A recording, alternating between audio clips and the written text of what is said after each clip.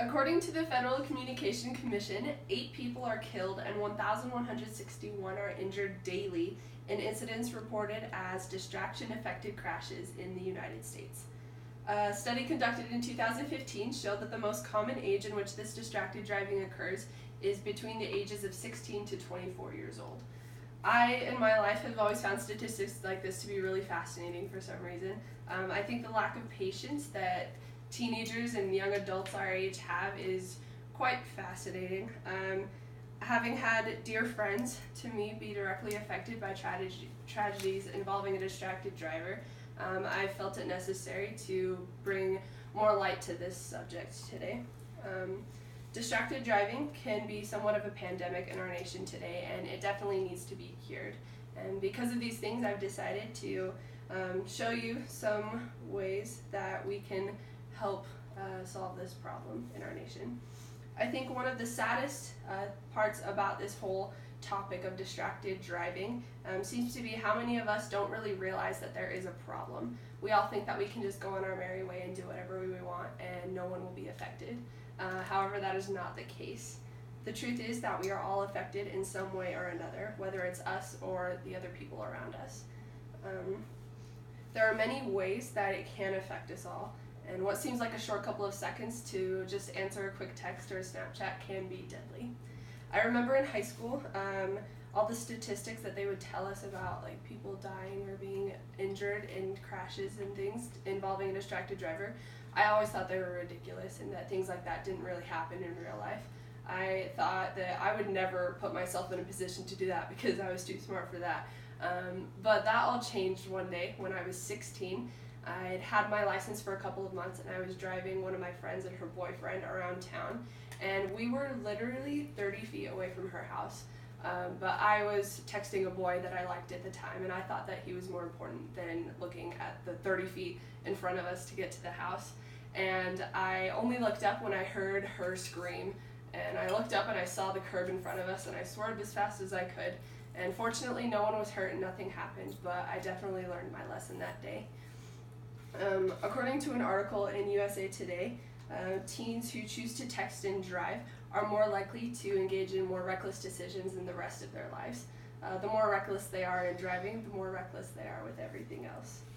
In a report given by the CDC, it was stated that in 2015, 391,000 people were injured in motor vehicle crashes involving a distracted driver. In addition to this, the number of deaths reported that year was 3,447. Think of that number, like 3,447 people whose lives were cut short because of the careless decision of either them or some stranger. That's incredible to me. Even so, there's an increasing amount of prevention and awareness coming about in this world as people are realizing more and more of a problem. There are many campaigns coming about, such as AT&T's It Can Wait campaign. I remember, again, back in high school, we would have lots of assemblies telling us and warning us of the dangers, and they would have families come in who had been affected, and they'd give their stories, and it all seemed very moving to me, but I never quite had a personal connection to it. But that changed when I was on my mission. I served with an elder. He was my zone leader when I first went out on my mission, and he had been directly affected by this. His younger sister, about a year younger than him, was killed in high school because of an incident involving a distracted driver.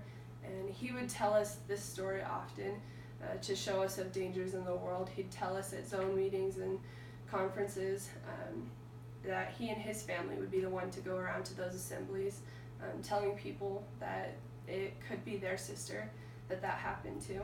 And it was in that moment that I realized that it was a problem and that it really did happen to people and something needed to be done about it. In addition to this, there are also preventative measures coming about in the form of new laws coming about. For example, there's a new law in Washington State this past summer that is called an EDUI by locals, or driving under the influence of electronics. And this law prohibits any distraction while driving including the consumption of food or drink while you're driving, and any technology above one single touch of a button. Washington has had success with these laws in the past, such as the Click It or Ticket campaign, which prohibits driving without your seatbelt, which now has a 95% compliance rate in the state. And laws such as this will help not just teens and young adults, but the parents as well. According to 77% of teens, adults tell them not to text or email while driving, but they themselves will do it all the time. My own dad is a perfect example of this. He often will come home and tell us about the wonderful new Netflix show he watched on the way home from work from Seattle to Olympia while he was in stop-and-go traffic for 3 hours. And in the same breath, my mom would be trying to tell us of how dangerous that was. This temptation and danger is real to everybody, and it definitely needs to be fixed. We need to be setting a good example for those around us, for our children, and as we do that, we can definitely improve this world that we live in. Thanks.